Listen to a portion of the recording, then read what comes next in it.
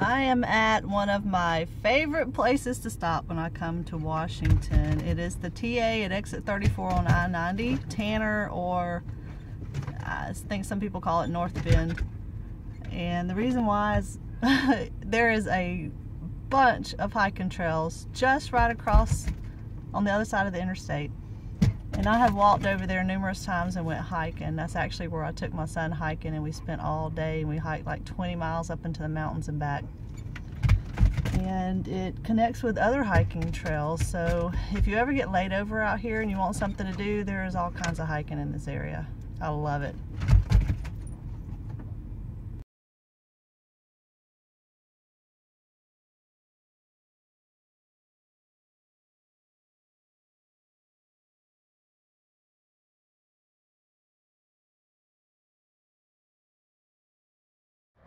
Wow, it's been a long day. I had to actually stop in a rest area because I'm almost out of hours. If I'd have went to the truck stop, I'd have been 5 minutes over my hours. That's one of the things that sucks about e-logs. They don't allow you to run out your full 11-hour clock. I forgot to show you what I was hauling, so check that out. Scissor lifts. Never hauled them before. Well, I've hauled a really big one, but I've never hauled the little tiny ones. These are pretty small, huh? Good morning, everybody. I ended up spending the night in Wyoming at a rest area. So I wasn't able to take a shower last night. I really need a shower. Got this greasy hair going on. I ran out of conditioner, and the last time I took a shower I used coconut oil on my hair because most truck stops don't carry conditioner, they only have shampoo, and it left my hair oily looking to begin with.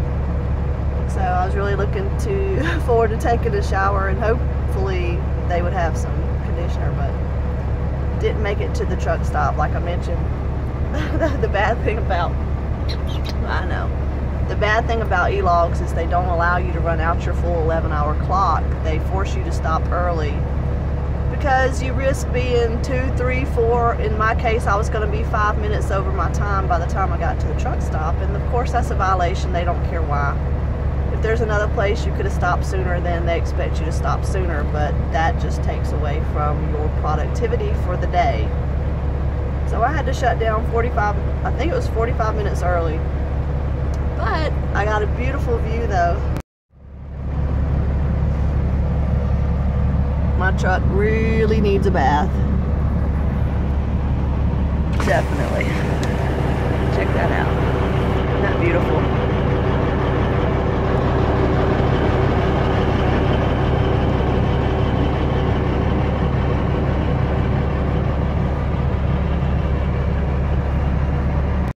However, one thing I do not like about this rest area, they have you parking on the shoulder of the road, and as you can see straight in front of me is the off-ramp for the interstate. And we had, when you come in, you have to circle around the rest area and come back out onto the street, and that's where the truck parking is.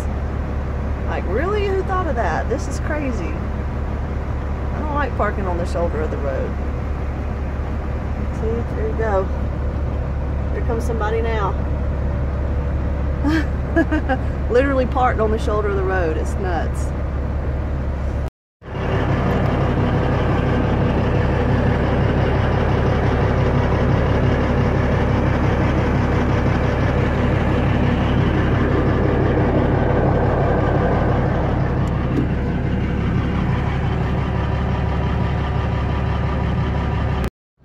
Oh, and I had somebody comment about my truck has never been so dirty before I got the dog. Yes, you're right. She keeps my truck trashed. I told somebody the other day, I feel like I'm living in a dumpster. I will put a garbage bag on the side of my seat. She'll rip it open. There'll be trash all over the floor. She'll get a hold of a piece of paper and shred it all over the floor. Or she had my pants not too long ago and chewed the leg off my pants, and just always something. She sees a spot on the floor, and there's a spot right behind the passenger seat in front of the cabinet. I don't know why, but it seems like there's always a light shining down there through the windshield. She's actually started to pull up which I'll show you. It's a mess. She started to pull up the rubber mat. I mean, look, that's the frame. That's the floor frame. It's ridiculous. Started to tear at my wall because she saw a light on the wall while I was driving. And that's what she has done to my wall. I tried to tape it back together, hoping she would leave it alone if it was all taped up nice and neat. Nope, she made it even bigger. She ripped it even bigger, tore the tape off and made a bigger hole. And as you can see, there are little bite marks all over my wall. And she ripped another hole in it. There's another hole in the wall thanks to Mina dog. Yep, take credit for it, Mina, go ahead.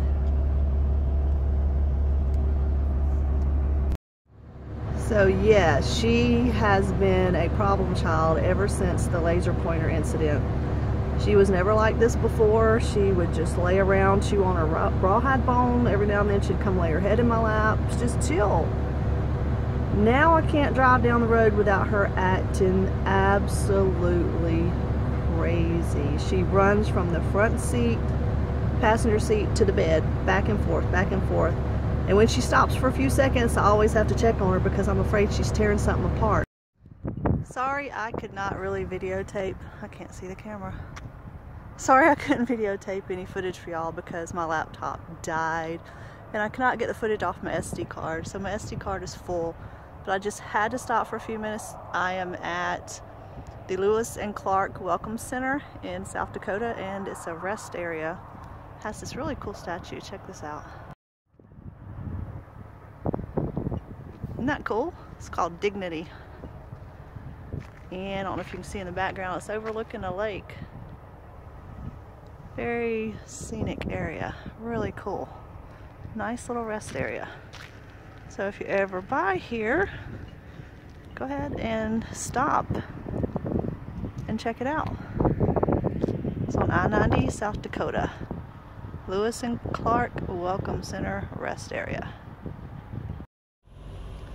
So I'm on day 2 of my fast. It is around lunchtime.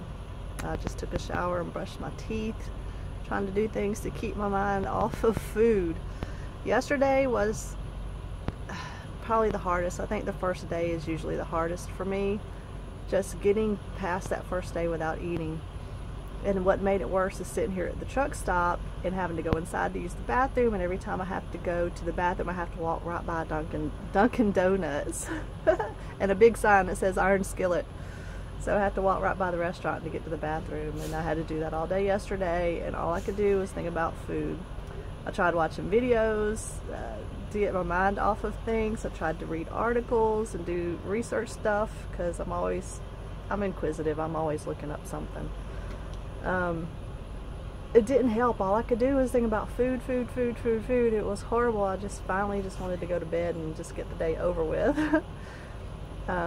Today is not quite the typical day 2 for me. Usually when I fast by day 2 I have a headache. I don't have a headache yet, thank God. Not quite obsessed with food today like I was yesterday, which is a good thing. I don't know how long I'm going to be able to do this on the road though, because it is very hard. Like when I'm at home, I have more things to do to keep me occupied and keep my mind off of food. And I don't have any food in the house when I'm fasting. I do it on purpose so I won't be tempted. And here, all I got to do is walk inside and get something to eat anytime I want. So it is a lot harder out on the road. And I am doing a water-only fast. I'm going to do it for as long as I can. If I start getting headaches, I might drink some Gatorade or something. I try to take a little bit of salt every day. Not too much, just a little bit with some of the water that I drink. And I'm going to try that for a few days and see how I feel. Wish me luck. I had to stop for a minute, take a break. Let Mina dog stretch her legs and do her business. It's starting to get dark. Here's my load. It is totes, which is kind of strange because I never hauled any totes like these Usually the totes I've hauled are the little plastic containers with the wire cages around them, but they're interesting to say the least. They're filled with liquid, and it reminds me of when I was pulling a tanker. You can feel the liquid moving around back there. It's kind of a pain at times. Not real crazy about it. Don't miss tanker, not really. Ooh, we're in Louisiana. We are headed home. I think I've been out for like a month. It's ridiculous. No, no, no. Bad. Oh my gosh, what am I gonna do with this dog? Good morning, everybody. I just woke up. My hair is a mess. You'll have to excuse me. I look horrible. I'm waiting for my clock to tick down. I got 3 minutes. 3 minutes, darn it. Hurry up. And I'm about an hour from home. Yesterday, I picked up this load. It took like 4 hours to get loaded. There was 4 trucks in front of me, which doesn't happen very often. Most of the time, I get in and out within a couple of hours, 2.5 hours, something like that.